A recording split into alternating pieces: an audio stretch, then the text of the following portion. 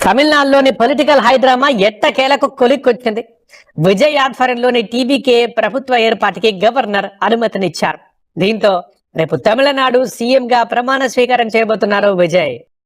రేపు ఉదయం 10 గంటలకు చెన్నైలోని నెహ్రూ స్టేడియంలో విజయ్ ప్రమాణ స్వీకార కార్యక్రమం ఉండబోతోంది. ఈ నెల 13 లోపు బల నిరూపణ చేసుకోవాలని విజయ్ ని ఆదేశించారు గవర్నర్.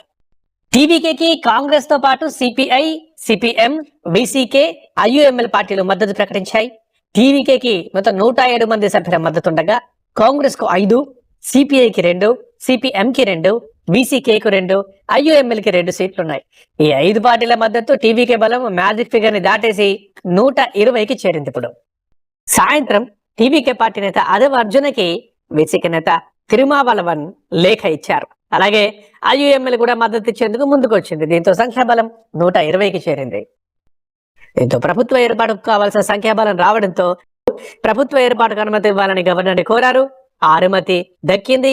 రేపు విజయ్ ప్రమాణ స్వీకారం చేయబోతున్నారు తమిళనాడు ముఖ్యమంత్రిగా.